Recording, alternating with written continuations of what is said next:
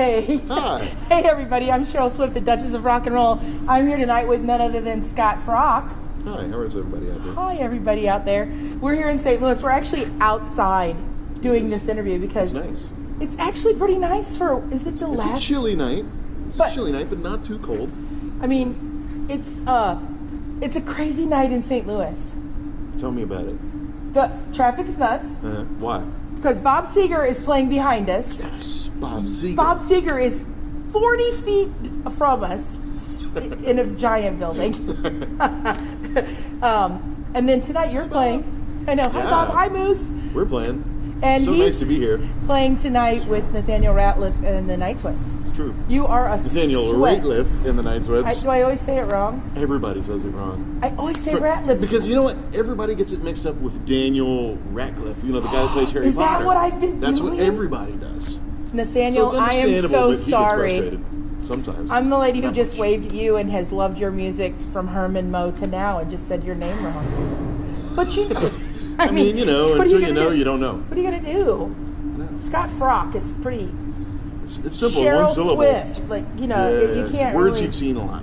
Right, Swift. I messed up his name too at first. And I Did you really? Not to his face. I figured it out before that. So I got lucky. But, you know, I totally understand why I would do it because I did it myself.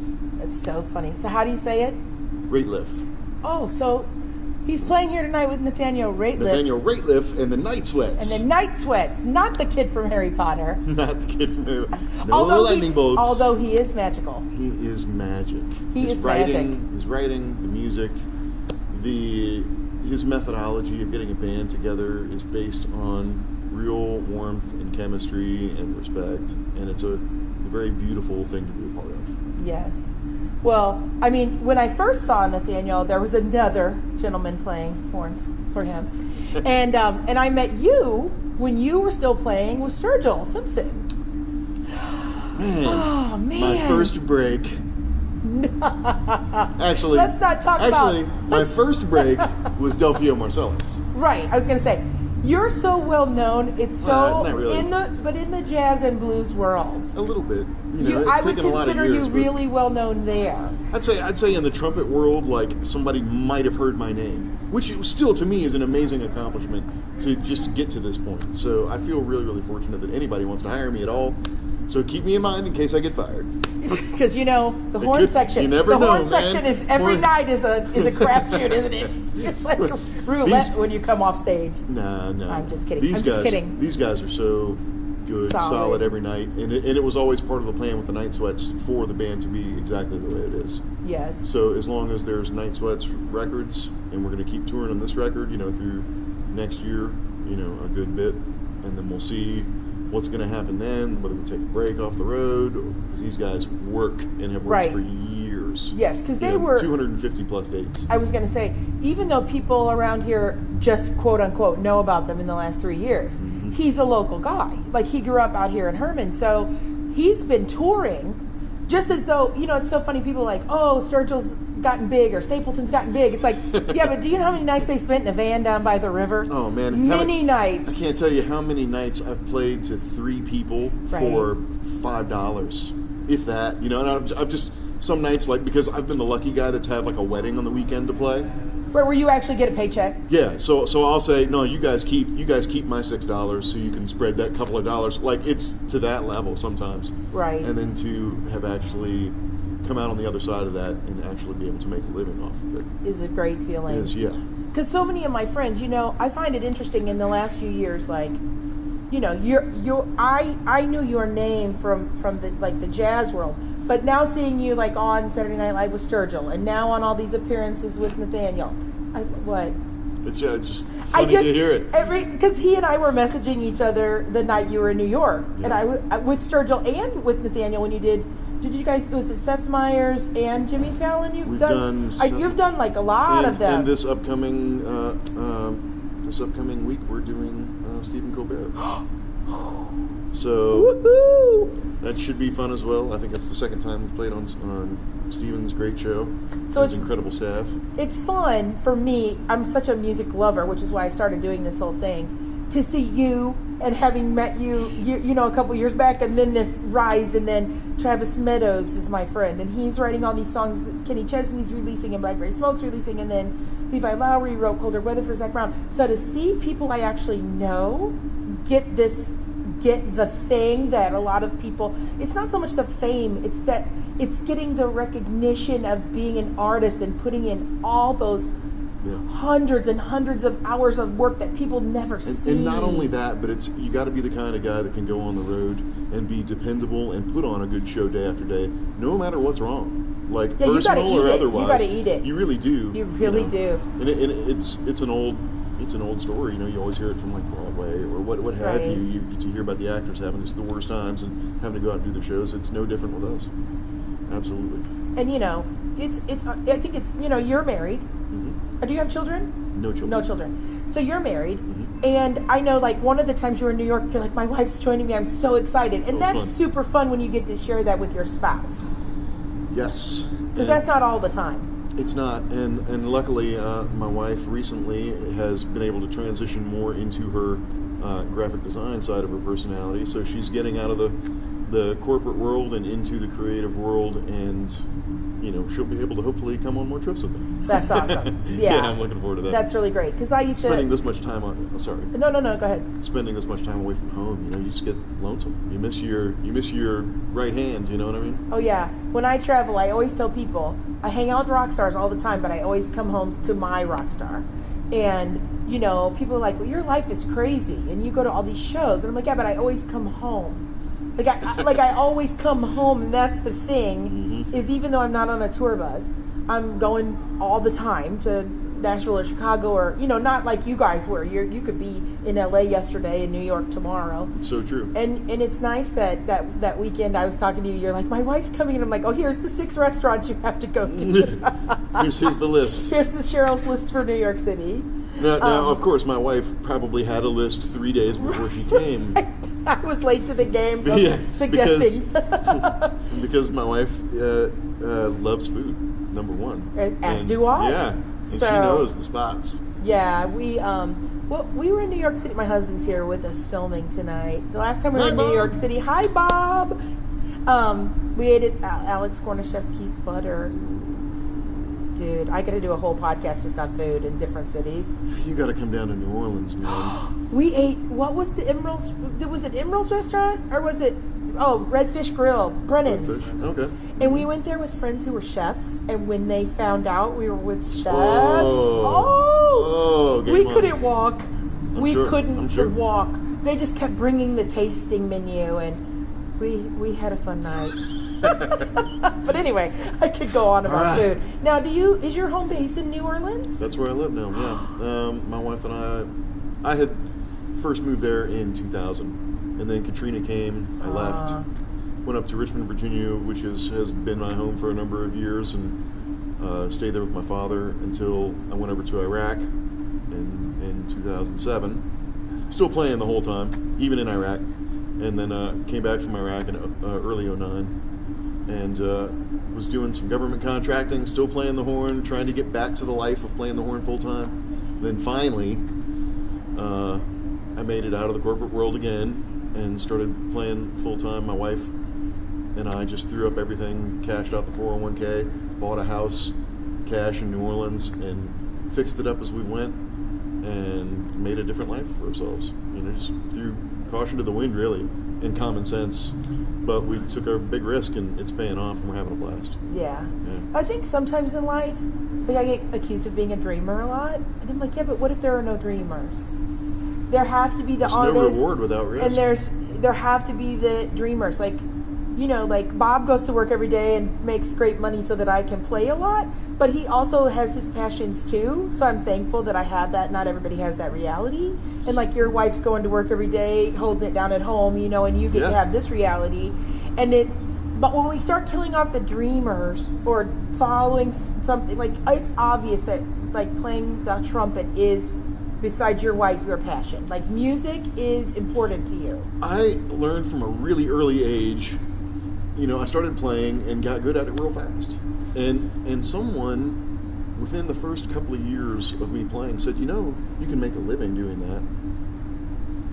planted that little seed. I saw my mom come home from work, my dad come home. My dad was a military guy that would work after he got home from the military, just Non-stop. like struggling and just exhausted. And I'm like, wow, all I got to do. They said, yeah, you can play the trumpet for a living, but you got to be really good.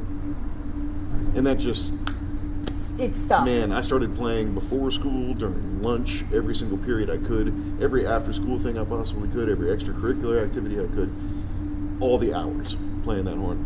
Part of it was an escape from a dysfunctional family. Right. A lot of it was an escape from a dysfunctional family, but the trumpet was the first place in my life I ever really got positive attention. Oh. I can see. You know, and right. it pointed me in a direction that showed me some type of positive about myself that I wasn't getting through my family channels. Got it. And it was something you could be proud of yourself for. Absolutely. Without getting that mom and dad kudos to you thing.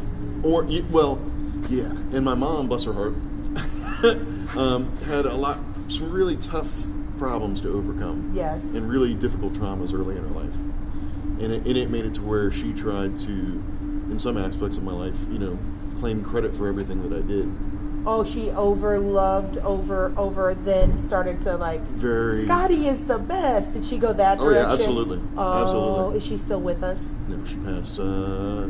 I didn't want to say anything about your mom. You know what I mean? Like, I didn't want to go, rogue. Yeah, my mom passed away in 2004. Katrina happened in 2005. Right. My father passed away in 2007. Wow, so you had so much bad waves, literally and figuratively, coming over you for a couple of years. And at the same time, I was going through therapy to try and, you know, get things on track. Exactly. It's complicated. And then I went to war. Right. Now what? Because why wouldn't you? Because what's next? Because you've lost your parents. Now Katrina's taken out all your friends and family's homes. I mean, my home was okay, but my landlord's home was destroyed. She had a 16-year-old daughter, needed to get her daughter in school. I didn't have any job to go back to, at least not right away. I wouldn't have. Right. So I did the only thing I could, which was tail between my legs, backed up to Virginia, and stayed with my dad. You know. Right. Red Cross called me one time and were like, "Hey, here's a payment of $2,900," and then that was it. That was the only thing that happened, and I just had to make something happen. You know. Wow. It was like sometimes, like in my life, like I hate when people say that happened for a reason, and I'm like, no. We have to glean from it what we glean from it. It's not because tragic things happen and people try to make light of it. And I'm like, no. For sure. You then choose, if consciously or unconsciously, your reaction to it. So you go through loss, military, which is, of course, a whole nother level of I don't even know what word you put on going to Iraq. And then you come home and you decide, I'm going to go back to the trumpet. Like, is that what did it? I was playing the whole time. But I mean, did something time. Shift, I guess is my... No, I was, it shifted where it had to because Katrina went away, and it's tough to make a living at it, anywhere else other than New Orleans, at least for me. I'm not the world's best player, but I'm certainly a solid professional. So, I would say you're up there these days. Well, I mean, I'm just saying. That's what I mean, though. I'm a solid professional, so I can work to some extent in any town. It's just a matter of how much work there is in said town. Right. So, you got guys that have been in a town for 20 years. I pop in and out. I'm not going to get the jobs that these guys that are known, stable entities are out doing. Yeah, right. Exactly. So I'll work, but it's not to the same level. Now, New Orleans, on the other hand, I got so busy in New Orleans that I was exhausted and didn't know where the end was. And when I got the call for the Sturgill gig, it was a relief. Like I was kind of going to be on a vacation. Because you weren't every day in and out of the studio, in and out of this club, in and out of that club. From studios to, during the busy seasons, 3 and 4 gigs a day on Fridays and Saturdays. Oh, so it's like you're in Nashville on Broadway, but in New Orleans. There's the Bourbon Street thing, right, which is the 5-day-a-week, but I'm just talking about, because there's parades, there's conventions, there's so many people who want the music. Yeah, a buddy of mine, bass player, this guy Claude, he's a great guy. Claude Arthur, how you doing, man? He called me up, he was living in Baltimore, and he said, man, tell me about New Orleans. Tell me about the music scene there. Is it really, as busy as they say it is? I said, well, let me look on this concert calendar, the wwoz.org concert calendar, which, shows a lot of the clubs, and not even all of them. And I said, it's Monday night. There are 44 clubs with music in shifts. And he was like, wow, that's a lot. I said, yeah. And then I said, on Friday night, there was something like 96 clubs with music in shifts. It's not including hotel bars that have music. It's not including convention centers, weddings, street parades. That's a lot. It's a lot of music going on down there all the time. And since, Treme and NCIS New Orleans and all of this publicity hit, it's like... It did not get smaller. It did not. There's no doubt about it. Wow.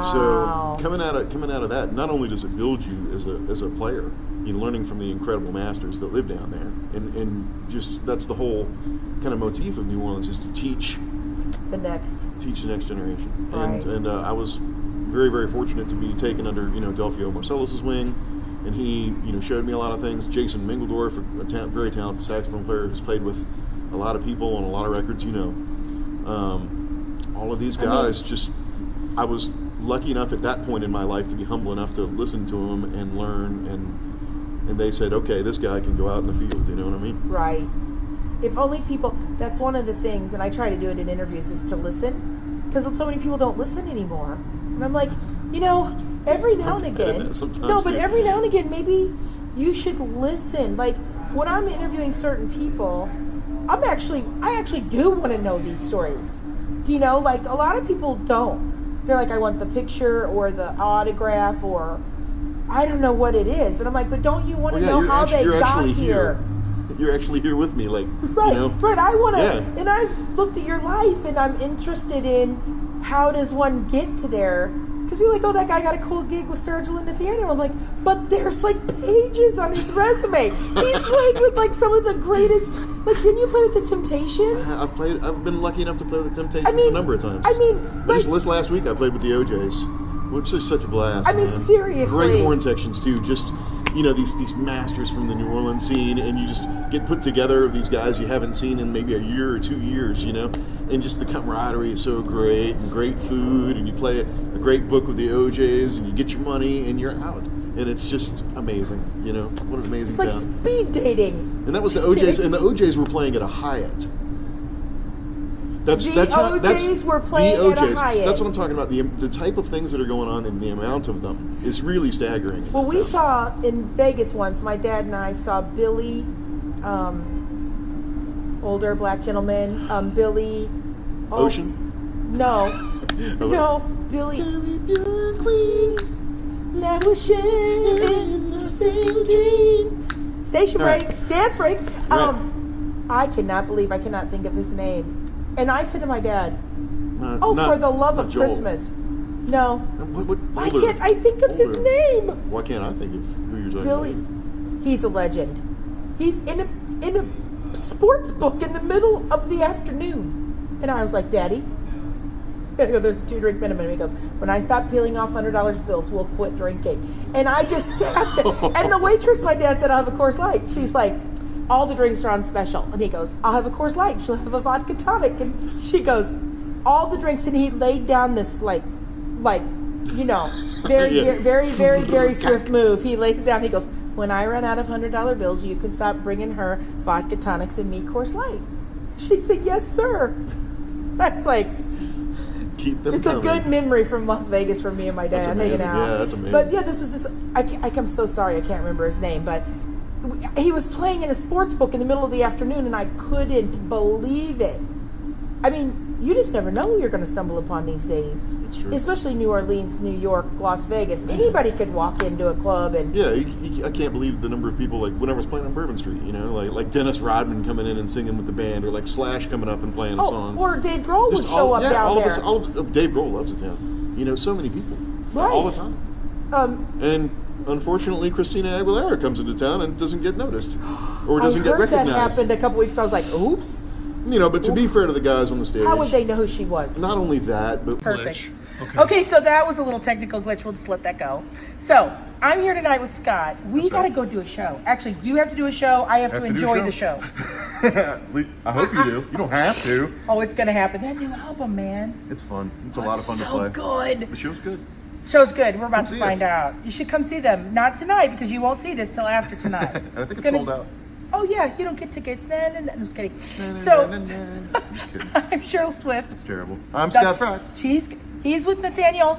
Rateliff and the Night Sweats. And I'm really Cheryl Swift. And we wish you all peace, love, and rock and roll. Lots of peace. Take care, guys. Love you.